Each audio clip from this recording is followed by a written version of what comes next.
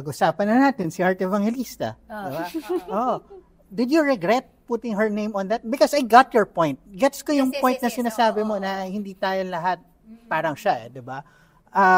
But did you regret the putting her name on it because of the reaction?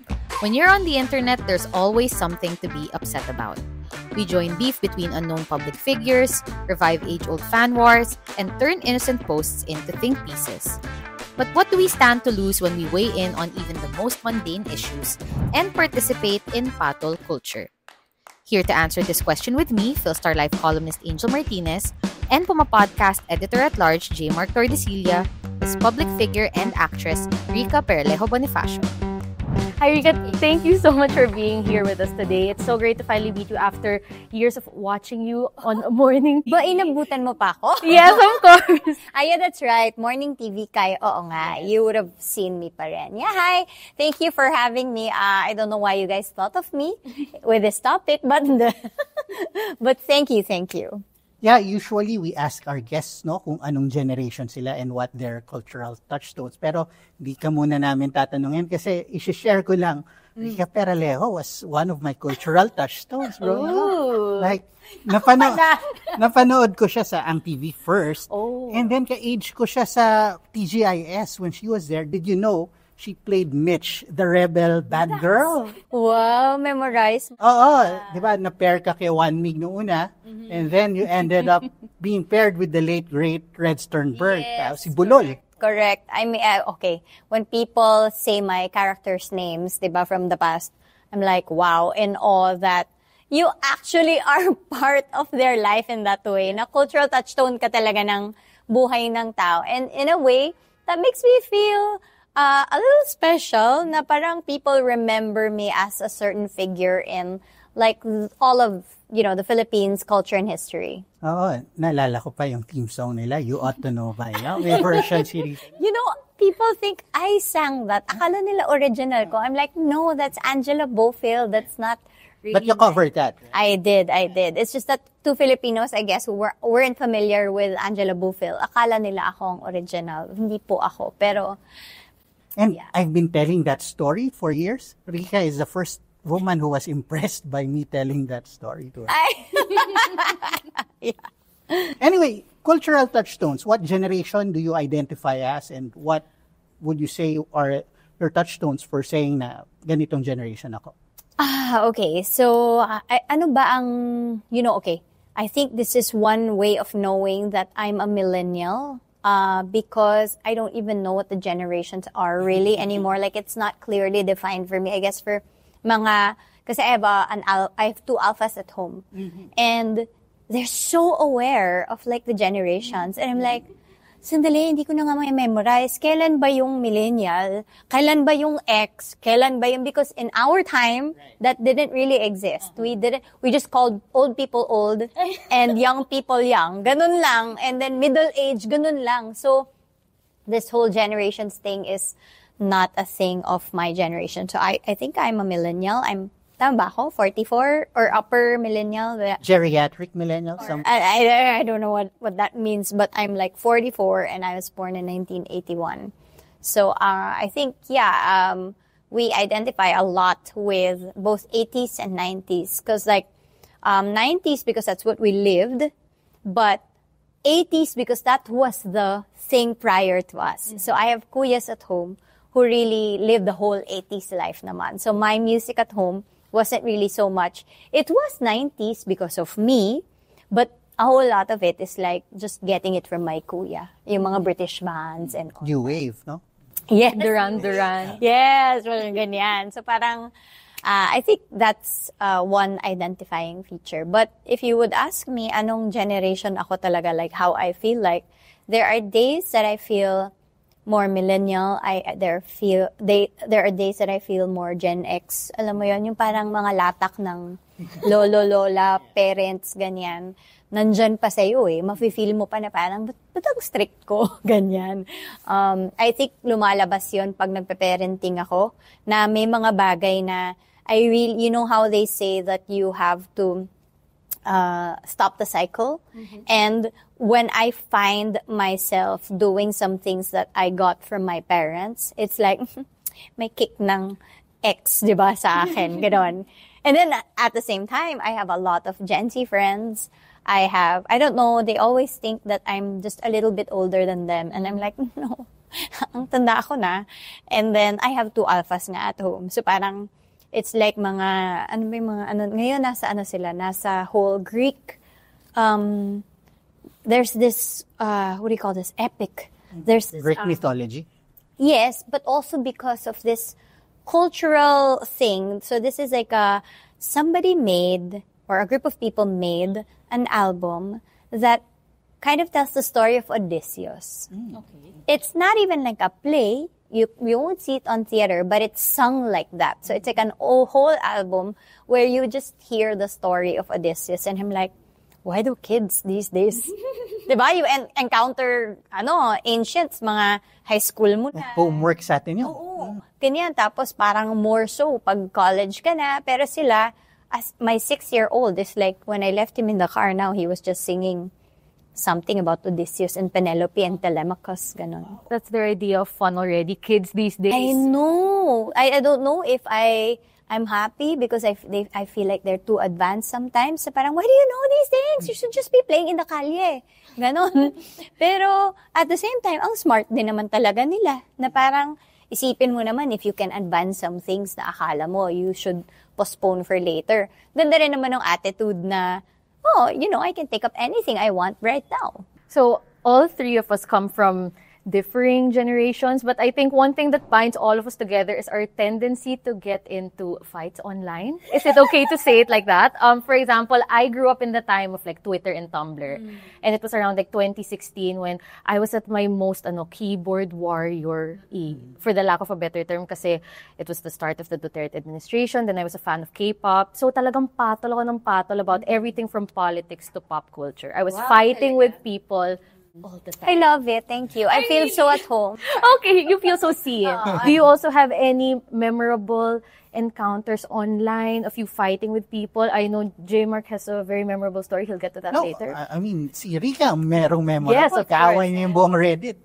So how is that going for? Alam mo, funny nga kasi yung Reddit, either kaaway ko yung Reddit or love nila ako. Ganon. So, I think ang pinaka-memorable ko, hindi na yan Reddit. It all goes back to Twitter. That very first viral thing that came about na involving me, was when I was I don't know if you guys, you probably would remember, but I was in the hospital and I think I had I know that I had a ano ba yung pag meron kang gastroenteritis? Enteritis ba yun? Yun. Basta yun yung thing ko. I had a stomach flu. I didn't know it was that back then. And I was like namimilipit sa sakit. And then I was in the hospital and nakapila ako sa clinic when like these women started asking for my photo. And I'm like, sure, sige po, okay, pero pwedeng sabay-sabay na lang. Ay, okay, sure. And then they started doing it one by one. And me na may sakit, yung parang, dude, yung hospital to, bakit parang hindi nyo nakikita ba na nahihirapan ako at may sakit ako, ganyan. So I complained on Twitter na parang these nurses, ganyan. So unprofessional. And the backlash was great because everybody got mad at me na parang, sino ka ba? Alam mo na, you'll hear all sorts of things na parang laos ka na and stuff. Ganyan. Buti nga may nagpa-picture pa sa'yo, mga ganon. And then the biggest was like, hindi yan nurses, mga secretary yan ng doctors. And I understood na, I got it wrong nga, na nasabi ko lang nurses kasi nga parang hospital, babae, parang meron akong ganun in my mind na siguro nurses to. But they were actually just not naman just, but like they were the secretaries. I was wrong for calling them nurses. But still, it felt to me na, why would you not care about a sick patient? Like you would just, parang kahit pa si Ann Curtis yan, di ba? Parang, pipila ka ba kung nakikita mo na ngang may sakit siya? So, yun yung first ko. Tapos, nagulat lang ako. Nagulat ako na, kaya siya memorable sa akin, kasi first ko nga siya. Kasi hindi ko talaga alam yung gagawin ko, kasi in my mind, wala akong ginawang masama. Nagreklamo lang ako, may ginawa akong mali. mali yung ginawa ko na nagreklamo ako sa Twitter. Pero back then kasi, if you guys remember, when everything started, it wasn't naman as if everybody was listening to you. Right. Parang you had it only for your friends. Back then, di ba? Parang mag-post ka ng Instagram and also, I really didn't think na, I think at that time, no one knew that when you spoke online, you were actually speaking to the world. You still thought at that time na, I'm just talking to my friends, right? And a handful whom I don't know but maybe are willing to listen to me. So dun bumalik lahat and I was really parang, I didn't know what to do because it was very conflicting that I know I was right about like really not wanting to have that picture because I was sick. I was in pain. But at the same time, ito na nga yung nangyari. Ba't nagagalit lahat ng tao, di ba? Plus the fact that a lot of people who were close to me were saying all sorts of things also na parang, parang kawawa naman yung pamilya mo if you keep doing these things. Parang walang nag-validate man lang sa akin dun sa mga parts na tama ako. Kaya siya very memorable sa akin. Kasi iilan lang yon yung mga tao na parang, no, it's okay. If it's like that, parang how are you gonna challenge status quo? May ganyan pa sa akin. So parang ako, oo nga, blah, blah, blah. So, ending is, I did apologize for the mistakes na sinabi ko. Like, say, you're not nurses. Okay, sabi ko, I mistook you for nurses and you are not. So, ganun lang. Parang, I just said what I could to apologize. And then, I also learned a lot from it that, one, they could be mad at you today until next week, but it only is a matter of the next person to hate. And you're already gone. Like, they forgot about you anymore. But they don't remember you anymore. Oh, so that was your formative experience sa online discourse, no? Why go back into the fray? Bakit? Why do you keep doing it? Is it a sense of responsibility that you have this platform, o masaya lang talaga because you've been in trouble, you've been bashed, you've been praised? Why keep coming back to that well? Well, one is sobrang, I think I'm an early adopter na when it comes to technology. Napuntahan ko lahat. Plurk, ganon.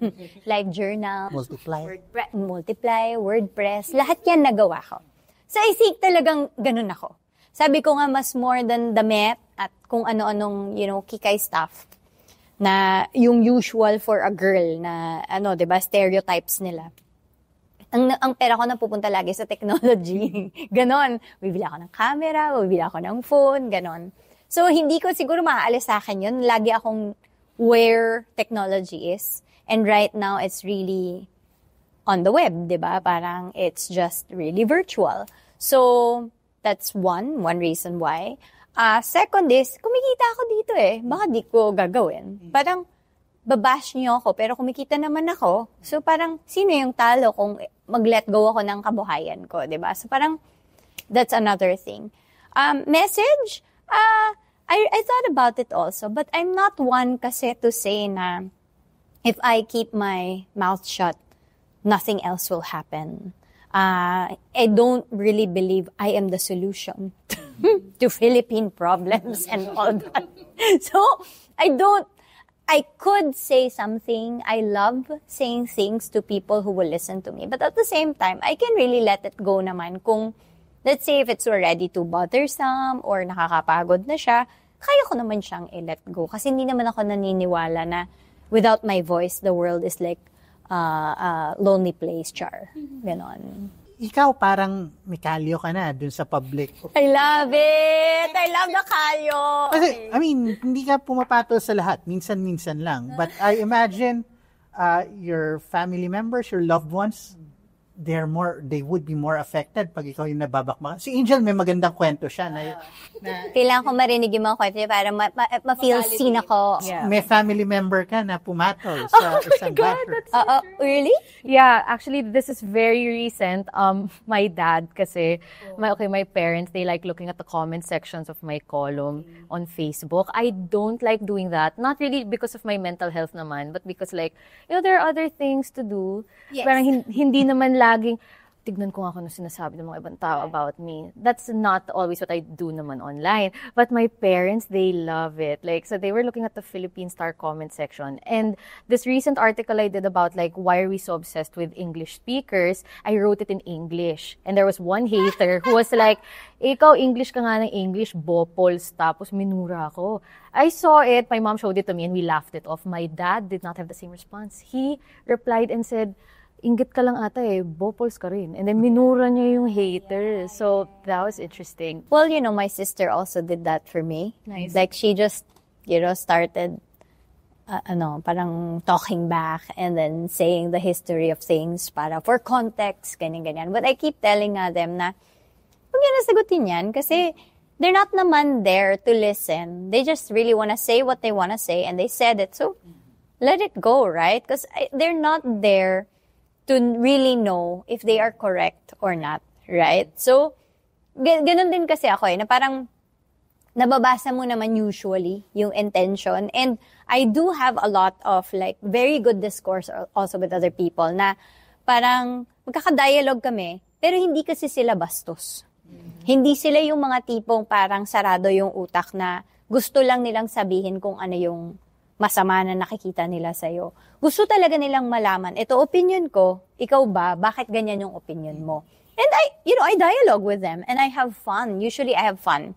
I always say this, I'm not looking for people who always agree with me.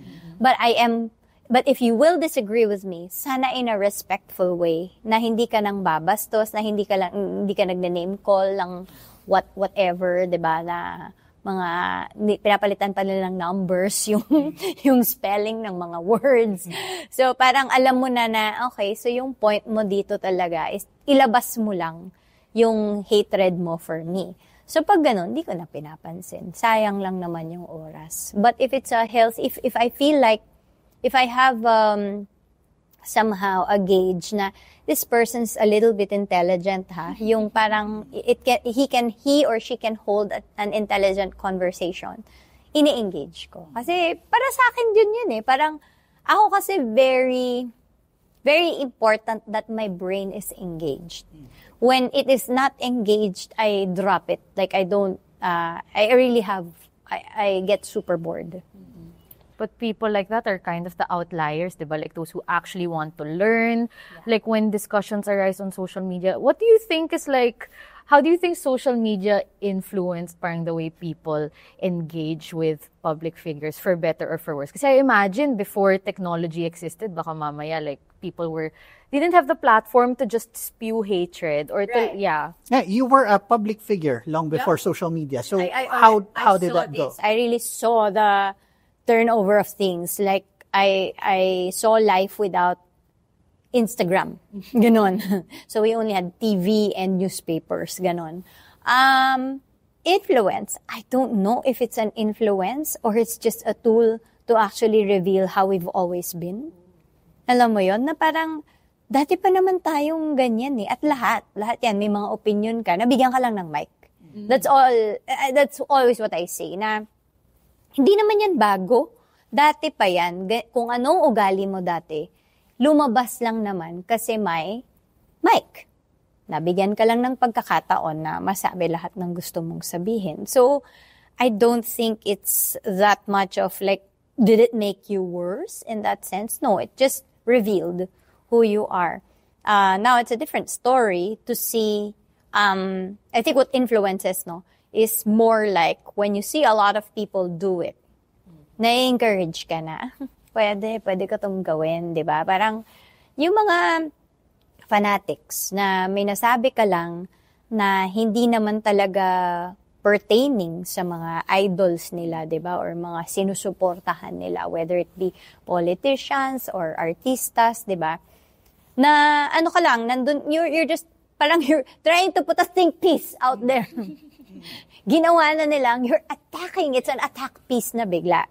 And then when one person reads it that way, and another person is, similarly from that mindset na, you don't do anything to this person that I really am, idolizing and putting on a pedestal. Sabay-sabay na yan sila, Last pa, troll farms. Tsaka troll farms. I think, I think, if anything, mas problema ko yung troll farms. Hindi ko problema yung mga tunay na tao na may opinion. Kasi ganun talaga. Parang sabi ko nga, sa Miss Universe, ilang beses sinasabi, world peace, world peace. Kita mo nga, ma-achieve ba natin ang world peace kung ganito kaiba-iba yung utak natin, di ba? Kasi ako nire-respeto ko yun eh. Kahit na sabihin natin, sa akin, wala yun. Kung nabasa nila that way, wala akong magagawa. Parang, it still remains ganun yung intention ko. Pero kung hindi nila nabasa na ganun, kailangan ko i-acknowledge na hindi nila nabasa ng ganun. So, I accept differences. But what I cannot accept is troll farms and bots. Na iba na to eh. Meron ng agenda dito. Hindi na siya simpleng nag-air ka lang ng opinion mo against another person na parang or against another idea, 'di ba? Na parang pinagtutunggan niya yung mga ideas. Ito, may agenda na siya. May agenda siya to put down anything that puts down whatever my Lord is. Ganon. Pag-usapan na natin si Heart Evangelista. Diba? Did you regret putting her name on that? Because I got your point. Gets ko yung point na sinasabi mo na hindi tayo lahat parang siya, di ba? But did you regret the putting her name on it because of the reaction? Or carry lang? Yes, I do. I rarely regret because sometimes, many times, it's really just a misunderstanding of people. But this one I regret. Not because of... wala ka namang masamang sinabi tungkol sa kanya, di ba? Let's clarify that. Wala talaga akong wala akong ibig sabihin dun sa sinabi ko patungkol sa kanya. Kumbaga, it's not to put down Heart or anything. In fact, kaya ko nga nasabi yun kasi I may know a little bit of Heart's life because I come from the same industry. And what I was trying to say in that text was like, it's a different world, guys, if you think that you could just be pretty like that. Hindi pwede na Heart ika bukas, di ba? Nag-isang IV ka lang or what have you. Remember that these people, Heart E, myself included, our job is to look pretty. So, we would free ourselves from all the little tasks that make us tired. So, let's say, nagpupuyat ka. So, for whatever reason, ang kinonek kasi nila doon was about the anak. But I really wasn't just talking about anak. But yun yung first and foremost example ko as a mom. Na parang ikaw, napupuyat ka sa anak mo, di ba? Kapag, like ako, kung may pera ako, kaya ko mag-hire ng night nurse, di ba? Na ikaw na. Ako matutulog ako sa gabi, di ba? At kung yung trabaho ko talaga ay dapat maganda ko, mag-hire talaga ako ng tutulong sa akin. Like now, I have a movie coming up. Matagal na akong hindi buhay artista. But dahil may movie ako na coming up, I need help. I need help kasi hindi ko kayang gumanda without the necessary work, right? So, yeah, but I did regret it because it took away from the point. Right. Yun lang yung regret ko na parang, sabi nga ng isang friend ko, sayang ang ganda nung discussion. Sabi niya, kung nakuha lang nila yung point na yun, mas magandang pag-usapan yun kesa yung tungkol kay Heart. Kasi hindi naman siya about Heart at all. Kaya lang ako nag-regret. Tapos sabi ko, sana hindi ko na lang ginamit yung ganun kalaking pangalan. Kasi ngayon, ang focus na kay Heart, hindi dun sa reality na iba po ang trabaho na nagpapaganda ka talaga for a living. At iba po yung gusto mo lang gumanda at hindi mo trabaho yun. So being a patolero on social media, diba, often gets like a bad rep. I think that's just what comes with having strong opinions, being willing to fight for them, using the tools at your disposal. But if we apply the same energy to every single issue, and dami na nga nangyayari sa mundo, naturally, diba, we will burn out. So how do you determine which issues are worth your time and energy and which ones are like, sige, bahala na lang? No. Alam mo, I don't even give it that much thought. Because for me, honestly, people can hate you nga today, no? Then forget about it tomorrow. Always is like, this is what I think. They cannot stay on you, even if they hate you so much, for a long time. Because these people also have lives. I'm sure maghuhugas pa sila ng pinggan. Maglo-laundry pa sila, di ba? Parang, talaga ba si Rica Peralejo ba talaga ang magiging topic nila for 1 month, di ba? So just let it die down. Kasi, para lang siyang, pag may kausap ka in real life, tapos nagkainitan kayo, di ba? pa-cool off lang natin. Siguro mga ilang araw, wag tayong mag-usap, di ba? And then, it'll just die down. I really think na ganun lang ang attitude ko online. Sa pagsagot, pag may time ako, sasagutin ko. Pag feeling ko gusto kong sagutin dahil maganda yung pagtanong or makakapagbigay ng liwanag sa iba pang tao, sasagutin ko siya.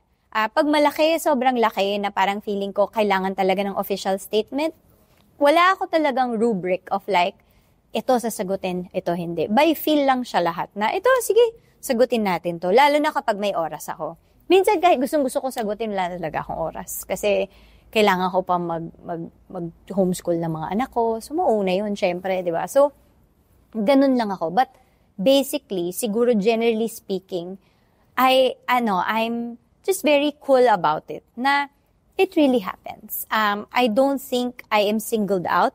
Maybe I'm popular for it, but who doesn't get bashed these days? Like, some people are way softer speaking than me. Diba? Parang, pero may nasabi pa rin yung mga tao sa kanila. Diba? So, who gets nothing these days? So, I don't take it personally. Siguro yun. Yun yung pinaka masasabi ko about it. I don't take it personally kasi they can, yun na nga, these people have other things to do and they really cannot, even if they want to, focus on me for 1 month. Yeah. Nag-trending na minsan yung mga clapbacks mo, yung mga pagpatol. How do you wake up and choose violence? How do you choose na minsan, papatulan ko to tapos mag-viral tong patol ko rito sa trial na to? Alam mo, actually, hindi ko alam kung kailan mag-viral kasi minsan yung ine-expect ko na mag-viral. And I don't do it for para mag-viral. Minsan ayoko na kasi parang in my mind, hindi naman ako kumikita dyan Sana kung bawat click niyan, meron napupunta sa aking pera. Hindi, okay, sige, gamitin niyo ako. But I never do it for that. I'm just really strongly opinionated. Again, where do they get these things? Usually from Threads, right? Threads wasn't even like a thing when I was on it. Now, it's where all the media outlets are waiting for something that they can turn into a controversial thing, right? So, I never think of that, na parang mag-viral ako. Di ko rin iniisip na today I wake up, I want to get mad at somebody. But I guess because I'm a strongly opinionated person, marami talaga akong masasabi, ganyan. Also, I love kasi to put into words more than like, actually mas nahihirapan ako sa video form than writing. I'm more of a writer. That's another thing. I'm more of a writer. That's why a lot of people pick up what I write. Because I really love sharing my thoughts through writing. So, I don't want to always be mad. Sometimes I get tired because I'm like, dude, I'm trying to share a good thing here. Like, I'm trying to make all of us think. And often, when that happens, it gets out of hand and it doesn't really get taken for the thing that I originally wrote it for. Naisip ko lang, ano pa in-expect mo? Ba't ka ba nagsulat ng ganun? Diba? Parang ako din napapa-step back ako na, huwag ka na kasing mag-try ng ganyan. But no matter how many, I'm sure you can relate.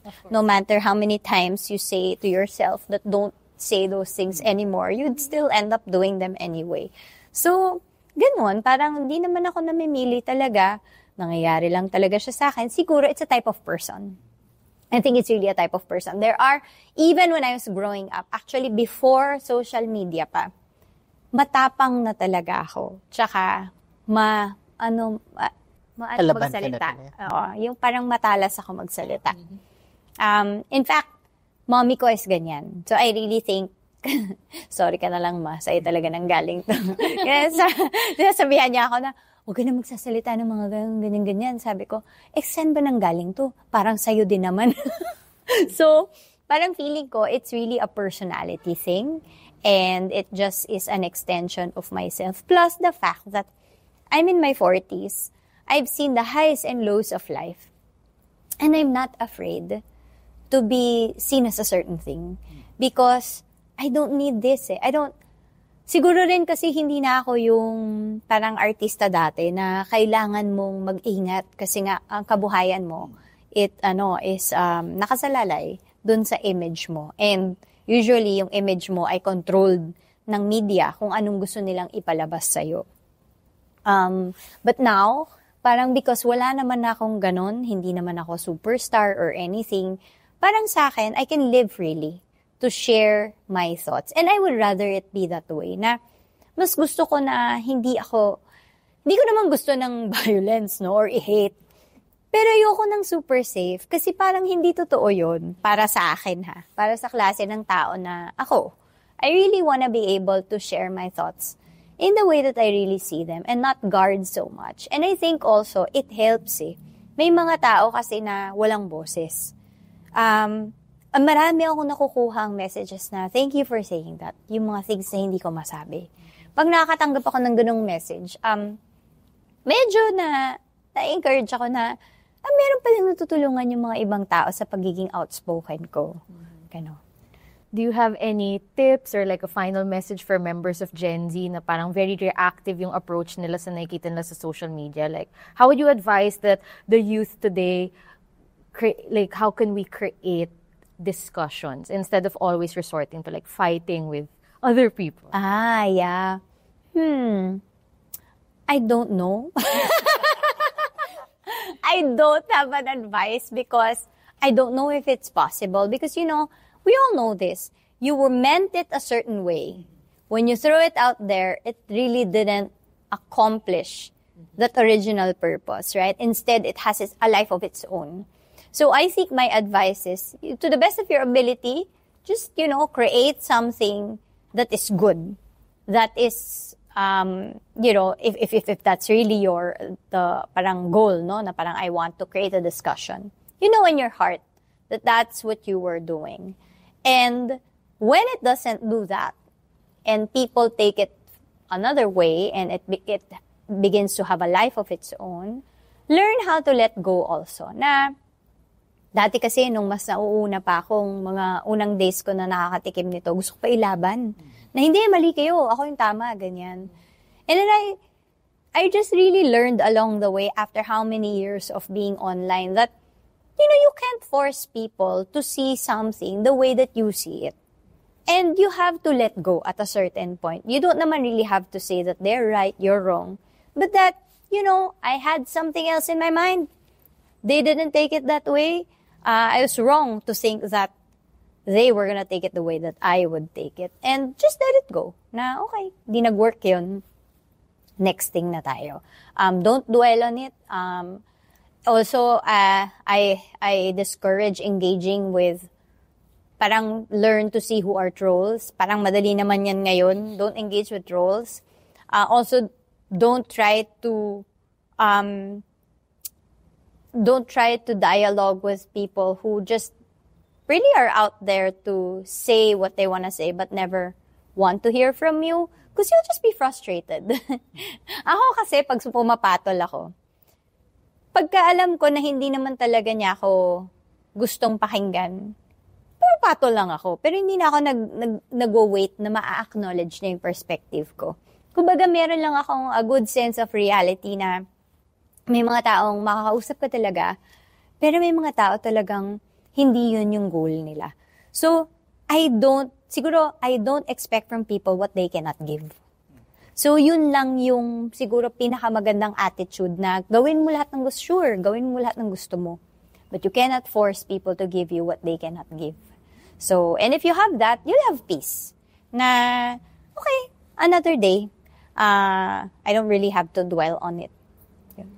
Okay. Siguro before we let Rika go, we've been seeing you online, but now we're gonna be seeing you back at the movies. Tell us about your comeback. Ano bang nangyayari rito? Gusto kayo, ano ba nangyayari dito? Parang gulat kayo. Actually, ako nga rin nakalimutan ko na. Wala lang, lang yun. I never really thought that babalik pa ako sa show business. Kasi, in the past few years, siguro sabihin na natin may 6 na taon na, kasing tanda ng anak ko, na I've been getting offers for teleseries, talk shows, different things. And always, I have a list of things na kailangan ma-fulfill para sabihin ko na this is a project that's worth it. And lagi siyang kulang. Parang, sabihin natin, bigyan ko ng example, no? Siyempre, talent fee. Kailangan worth it yung talent fee. Pangalawa, okay ba talaga yung role at saka yung project? Pangatlo, okay ba to sa family life ko? Or will my children be missing out so much on their mom just because I chose to go back to this kind of work?